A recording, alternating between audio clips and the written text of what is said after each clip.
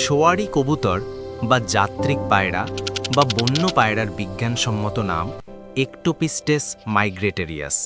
এটি পায়রার একটি লুপ্ত প্রজাতি।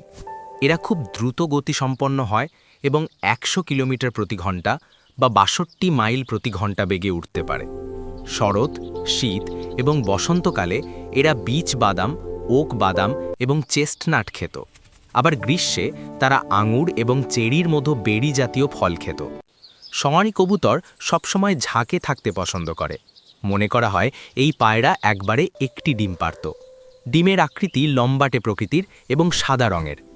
প্রাপ্তবয়স্ক পায়রার ওজন ২৬০ থেকে ৩৪০ গ্রামের মধ্যে। প্রাপ্তবয়স্ক পুরুষ এবং মহিলা দেখতে আলাদা। পুরুষ পায়রা ৩৯০ থেকে ৪১০ মিলিমিটার লম্বা এবং দেহ ধূসর বর্ণসহ নীলাভ ধূসর বর্ণের ডানা ছিল। তাদের ঘাড়ে কিছু চিত্রাভ বা ইরিডিসেন্ট পালকের উপস্থিতি ছিল। এগুলি বর্ণ এটির উপর কীভাবে আলো পড়ছে তার উপর নির্ভর করে উজ্জ্বল ব্রোঞ্জ, বেগুনি বা সোনালি সবুজ হতো। মহিলা পায়রার আকৃতি ছোট ছিল, যা ৩৮০ থেকে ৪০০ মিলিমিটার লম্বা। তাদের বেশ গাঢ় বাদামি ধূসর পালক ছিল এবং তাদের ঘাড়ের দৈর্ঘ্য কম ছিল। ডানাগুলো বেশ দাগকাটা ছিল। কিশোর পাখি দেখতে অনেকটা স্ত্রীদের মতো হলেও এদের ঘাড়ে বা পাখায় কোনো দাগ ছিল না।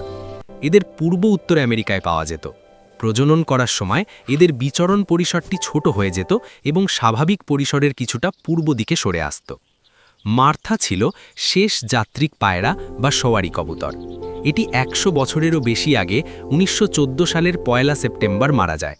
স্থানীয় আমেরিকানরা এদের শিকার করত, তবে ইউরোপীয়দের আগমনে এর সংখ্যা উল্লেখযোগ্যভাবে বৃদ্ধি পেয়েছে। পায়রার মাংস একটি সস্তার খাদ্য হিসেবে বিবেচিত হতো, তাই এদের বিপুল পরিমাণে শিকার করা হতো। এছাড়াও বন জঙ্গল পরিষ্কার করায় এদের প্রাকৃতিক আবাসস্থল হারিয়ে যায়।